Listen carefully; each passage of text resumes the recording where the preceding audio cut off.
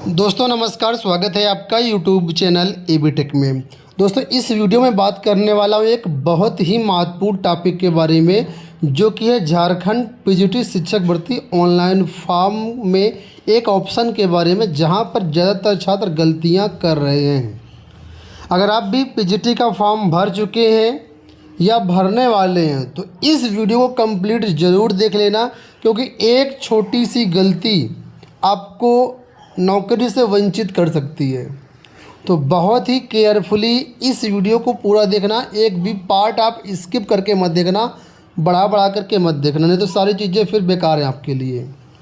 तो चलिए वीडियो शुरू करते हैं। तो यहाँ पर देखिए, ये आपका फॉर्म है पीजीटी भर्ती का। अब यहाँ पर देखिए सबसे ऊपर आएगा ऑप्शन कि have you completed registration of for PGT 2022 under advertisement number 14/2022।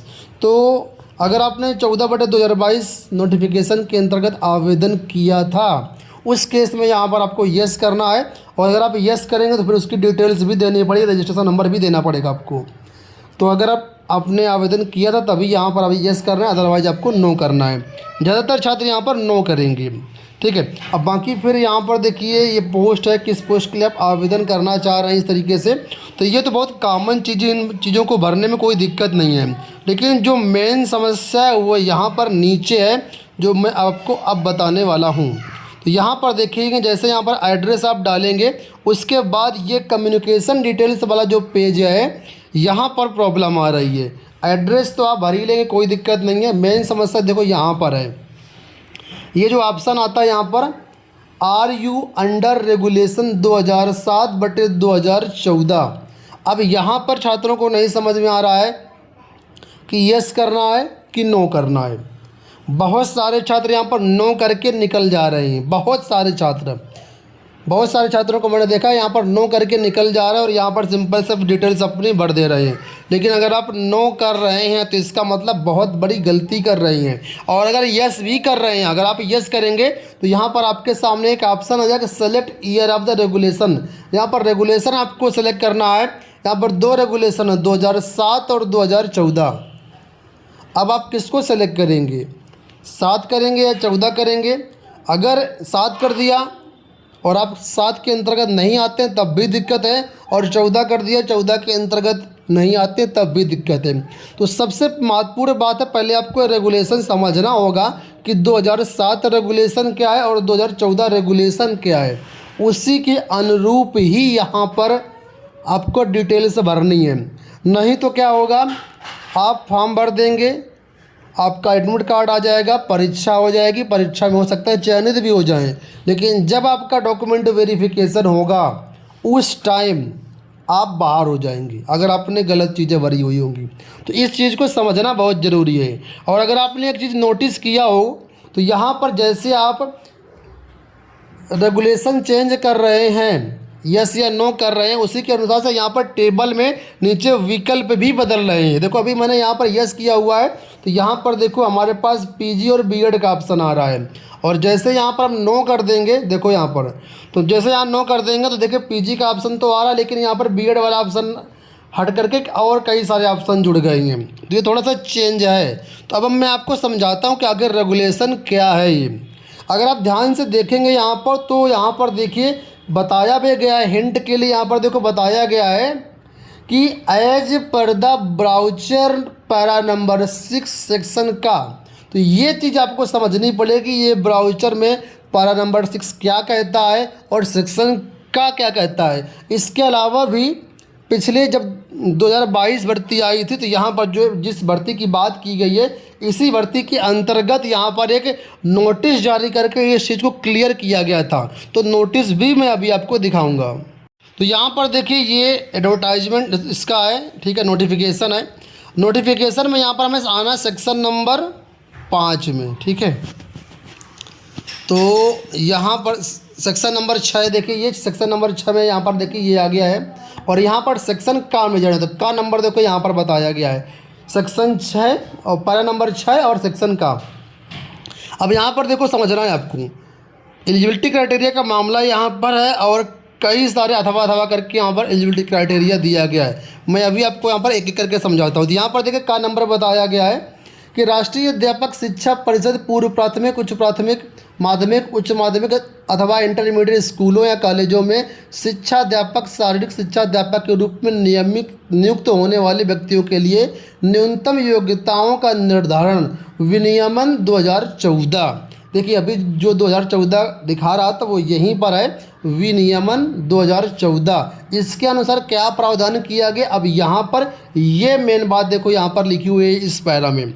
देखिए यहाँ पर बताया गया है किसी मान्यता प्राप्त विश्वविद्यालय से राज्य के सरकारी विद्यालयों में +2 स्तर पर पढ़ाए जाने वाले विषयों में से नियुक्ति विषय में कम से कम 50% अंकों सहित स्नातकोत्तर यानी पीजी तथा राष्ट्रीय अध्यापक शिक्षा परिषद से मान्यता प्राप्त संस्थान से शिक्षा में स्नातक यानी बीएड। यानी 2014 विनियमन ये कहता है कि आपका जो पीजी है उसमें 50% अंक होने चाहिए, साथ में बीएड होना चाहिए। तो अगर आपका पीजी में 50% नंबर है और बीएड आपने किया हुआ है, उस केस में आपके ऊपर विनियमन 2014 लागू होगा। लेकिन इसमें भी अभी एक पेंच है। पेंच क्या है, अभी मैं इसमें कट ऑफ डेट दिखाऊंगा कि किस तारीख के बाद ये चीज़ें प्रभावी होंगी और किस तारीख के पहले चीज़ें प्रभावी नहीं होंगी। तो वीडियो को अंत तक देखना। अब यहाँ पर देखिए नीचे आएंगे तो यहाँ पर अथवा में फिर से बताया गया है कि 13/11/2022 को अधिसूचित राष्ट्रीय अध्यापक शिक्षा परिषद मान्यता के लिए आवेदन पत्र जमा करने की समय सीमा, अध्यापक शिक्षा कार्यक्रमों की मान्यता के मानदंडों और मानकों का निर्धारण तथा नए पाठ्यक्रम अथवा प्रशिक्षण शुरू करने के लिए अनुमानित विनियमन 2002 10/12/2007 को राष्ट्रीय अध्यापक शिक्षा परिषद मान्यता मानदंड क्रियाविधि विनियमन 2007 के अनुसार। तो यहाँ पर देखो विनियमन 2007 की भी बात की गई है और इसके अनुसार क्या प्रावधान किया गया है वो अब यहाँ पर आपको इस पैरा में देखने को मिलेगा। तो यहाँ पर ध्यान से पढ़ो क्या लिखा हुआ है। लिखा किसी मान्यता प्राप्त विश्वविद्यालय से राज्य के सरकारी विद्यालयों में +2 स्तर पर पढ़ाए जाने वाले विषयों में से नियुक्ति के विषय में स्नातकोत्तर में कम से कम 45% अंकों सहित स्नातकोत्तर तथा राष्ट्रीय अध्यापक शिक्षा परिषद से मान्यता प्राप्त संस्थान से शिक्षा में स्नातक। यानी यहाँ पर ये कही गई बात कि विनियमन 2007 ये कहता है कि अगर आपने पीजी किया हुआ और पीजी में आपके 45% मिनिमम मार्क्स हैं और आपने बीएड किया हुआ है तब आप विनियमन 2007 के अंडर आएंगे। लेकिन अगर ये दोनों केस आपके ऊपर लागू नहीं होते हैं, ठीक है, तो आपके ऊपर फिर क्या लागू होगा, तो उस केस में आपको वहाँ पर यस करना या नो करना, तो उस केस में आपको नो भरना रहेगा। अब नो किसको किसको भरना रहेगा, तो यहाँ पर देखिए अगर आपने इंटीग्रेटेड कोई कोर्स किया होगा, जैसे कि 4 वर्षीय बीए बीएड कोर्स होता है, बीएससी बीएड कोर्स होता है, अगर आपने ये कोर्स किया होगा तो आपको वहाँ पर नो भरना है। अब यहाँ पर ये नोटिस देखिए झारखंड कर्मचारी चयन आयोग की तरफ से 6 अक्टूबर 2022 को जारी की गई थी और यहाँ पर इस बहुत सारे अभ्यर्थियों की समस्याएं आ रही थी कि यहाँ पर क्या क्या भरना, इनका मतलब क्या है। तो यहाँ पर देखिए आयोग की तरफ से ये बताया गया था कि इनका मतलब क्या और क्या क्या भरना। तो यहाँ पर देखिए नियम लिखा है और यहाँ पर उसकी व्याख्या की गई है।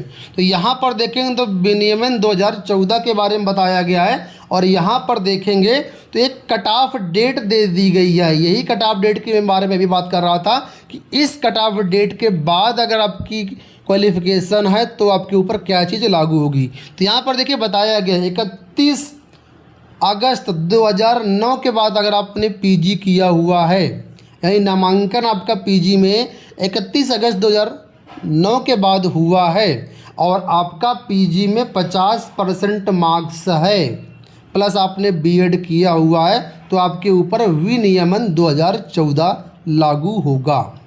ठीक है, और अगर आपका पीजी 31 अगस्त 2009 के पहले का है, यानी नामांकन आपका पहले हुआ है, ठीक है, यहाँ पर देखो नीचे लिखा हुआ है 31/8/2009 के पूर्व जिनका नामांकन सत्र रहा है, ठीक है, उनके लिए ये जो चीज़ें होंगी वो 45% पीजी वाले माने जाएंगे और उनके लिए विनियमन 2007 लागू होगा। ठीक है, तो यहाँ पर जो 45-50% की बात की गई है अनरिजर्व कैटेगरी के लिए की गई है। बाकी रिजर्व कैटेगरी के लिए 2007 विनियमन में 5% की छूट है यहाँ पर एससी और जो भी एसटी कैंडिडेट हैं। अगर 2014 विनियमन की बात करते हैं तब भी यहाँ पर 5% की छूट दी गई है। तो अब आपको चीज़ें समझ में आई होंगी। अब हम लोग वापस आ चुके हैं इसी फॉर्म में जहाँ पर यस या नो करना था। देखिए यहाँ पर ये आपके पास ऑप्शन है कि आपके रेगुलेशन के अंतर्गत आते हैं। तो अगर आपने बीए जो इंटीग्रेटेड 4 ईयर वाला कोर्स किया हो, जिसको बीए बीएड बोलते हैं या बीएससी बीएड कोर्स बोलते हैं, जो 4 साल का इंटीग्रेटेड कोर्स होता है, तो यहाँ पर आपको नो करना है और उसकी डिटेल्स यहाँ पर नीचे देना। यहाँ पर देखो लिख करके भी आ रहा है बीएससी बीएड या बीएड। तो यहाँ पर आपको फिर इंटीग्रेटेड कोर्स की डिटेल आपको भरनी होगी, सिंपल सी बात है। और अगर आप यहाँ पर यस करते हैं तो यस करेंगे तो यहाँ पर आपका फिर 2 ऑप्शन आएगा। तो 2007 आपको तब सेलेक्ट करना है जब आपका कट ऑफ डेट मैंने बताई उसके पहले का पीजी हो और उसमें जो है 45% वाला जो रूल है आपके ऊपर लागू होता हो, तब 2007 रहेगा। और अगर 31 अगस्त 2009 के बाद आपने पीजी किया हुआ है तब आपके ऊपर 2014 वाला रेगुलेशन लागू होगा। और इस केस में आपका पीजी में 50% मार्क्स कंपलसरी है और यहाँ पर पीजी की डिटेल्स और बीएड की डिटेल्स आपको भरनी है। तो उम्मीद करता हूँ ये पॉइंट आपको क्लियर हो गया होगा। बहुत सारे अभ्यर्थियों के डाउट्स आ रहे थे तो इस वीडियो के माध्यम से मैंने आपको क्लियर कर दिए। आपको बताना चाहेंगे अगर आप इसका ऑनलाइन फॉर्म भरना चाहते हैं तो आप लोग हमारी वेबसाइट governmentjobcenter.com विजिट कर सकते हैं। यहाँ पर इसका लिंक एक्टिवेट है और यहाँ पर देखेंगे तो आपको लेटेस्ट जॉब के सेक्शन में यहाँ पर आपको लिंक मिल जाएगा JSC PGT teacher online form. यहाँ से आप फॉर्म भर सकते हैं और इसका डिटेल्ड सिलेबस भी हमने यहाँ पर अवेलेबल करवा दिया गया है। यहाँ पर देखो ये लिंक दिया गया है, यहाँ से डाउनलोड कर सकते हैं सिलेबस। और या फिर नीचे सिलेबस के सेक्शन में आएंगे तो यहाँ पर भी देखो सिलेबस में भी आपका इसका सिलेबस मिल जाएगा। यहाँ से डाउनलोड करके अपनी बेहतरीन तैयारी कर सकते हैं। उम्मीद करता हूँ वीडियो पसंद आया होगा। धन्यवाद।